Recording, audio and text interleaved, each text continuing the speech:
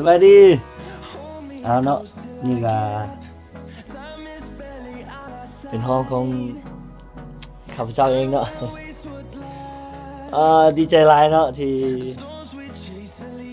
ทุกคนกด Subscribe เนาะทาง YouTube แล้วก็สวยจังได้ดีแล้วก็ขออวยพรเนาะทุกคนสำหรับปี2017นี้ขอให้ทุกคนมีสุขภาพแข็งแรงเจะเยอะได้ของใครจะมีเห็นอย่างก็ขอรู้สึกผลสำเร็จทุกสิ่งทุกอย่าง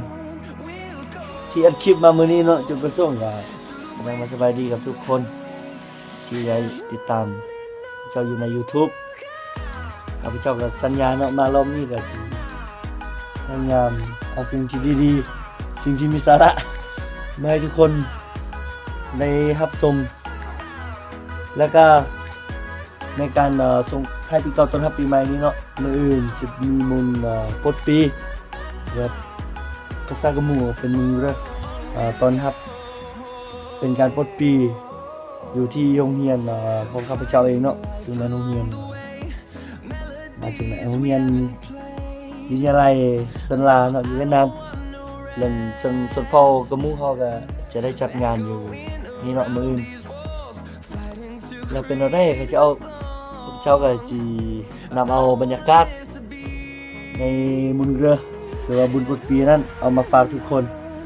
เพื่อเป็นคลิปที่ส่งท้ายปีเก่าต้อนรับปีใหม่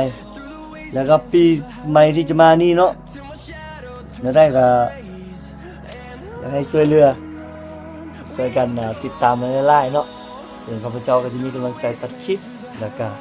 แล้วได้ก็อย่าลืมกดไลค์กด Subscribe ให้เลยแล้วเป็นกำลังใจ